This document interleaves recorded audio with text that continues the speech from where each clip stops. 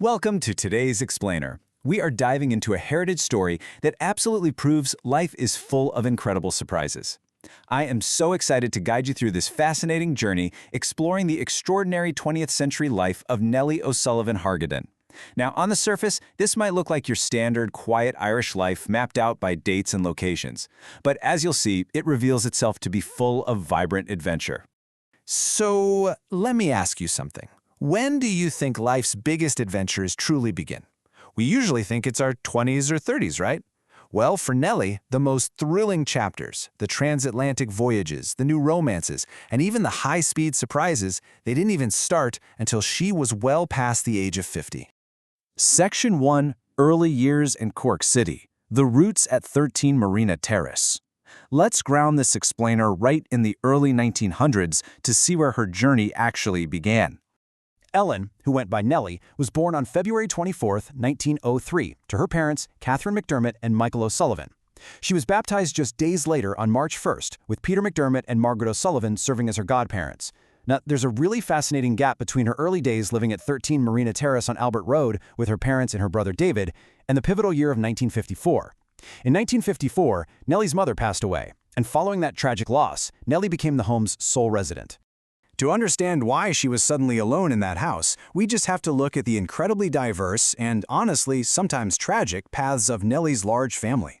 It's like a giant puzzle scattered across the globe. 4 of her brothers, Patrick, Peter, Michael, and David, all sadly passed away.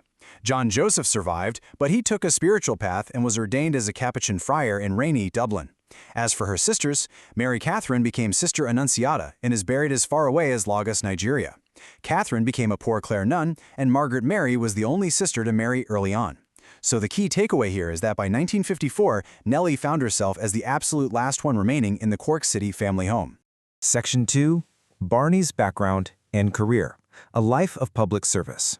Now let's introduce the man who would step in and completely change Nellie's life trajectory. Enter Bernard, or Barney, Hargaden. He was born April 7, 1898, up in County Sligo, to Thomas and Maria Cohen Hargaden.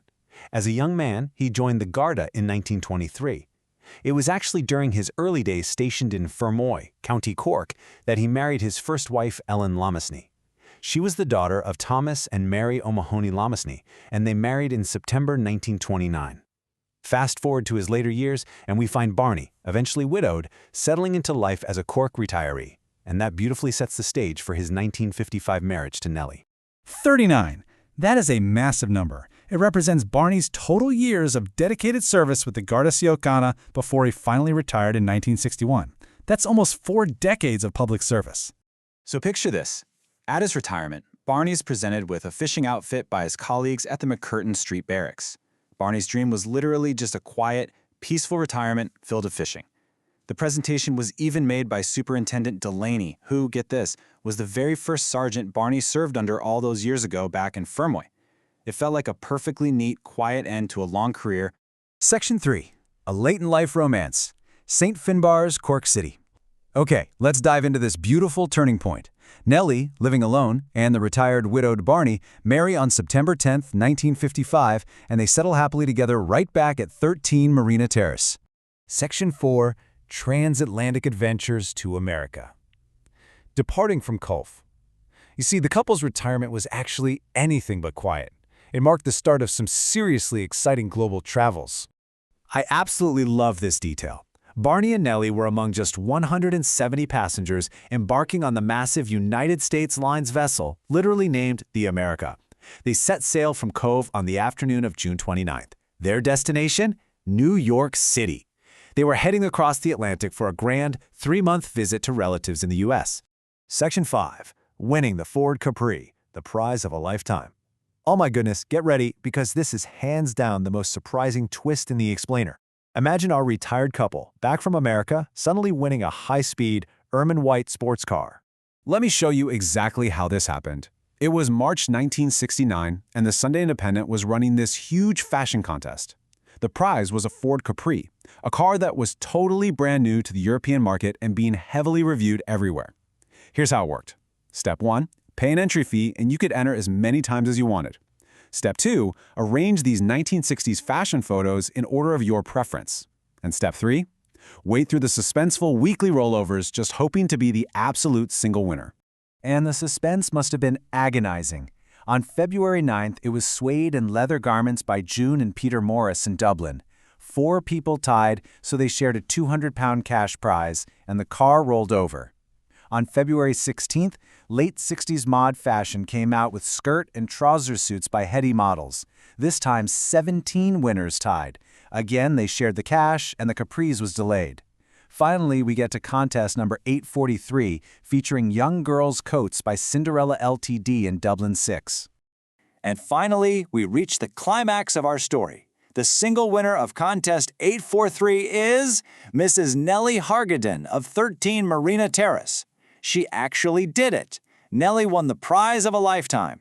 She and Barney packed their bags and traveled all the way up to Dublin to claim their brand new ermine white wheels, complete with stylish blue upholstery.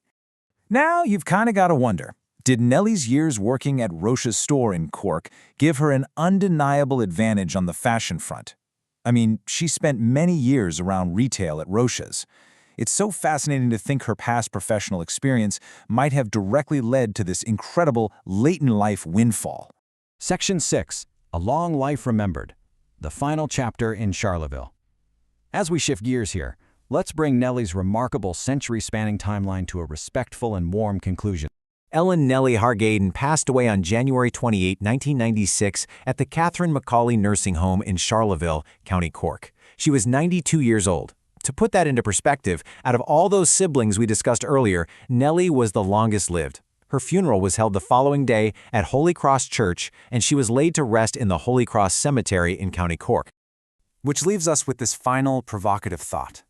What hidden adventures, high-speed wins, and untold stories are just waiting to be discovered in your own family tree? Nellie's story shows us for sure that life can surprise you at literally any age. I hope this explainer encourages you to view your own genealogical research not just as a list of dates, but as a vibrant treasure map. Thank you so much for exploring with me today.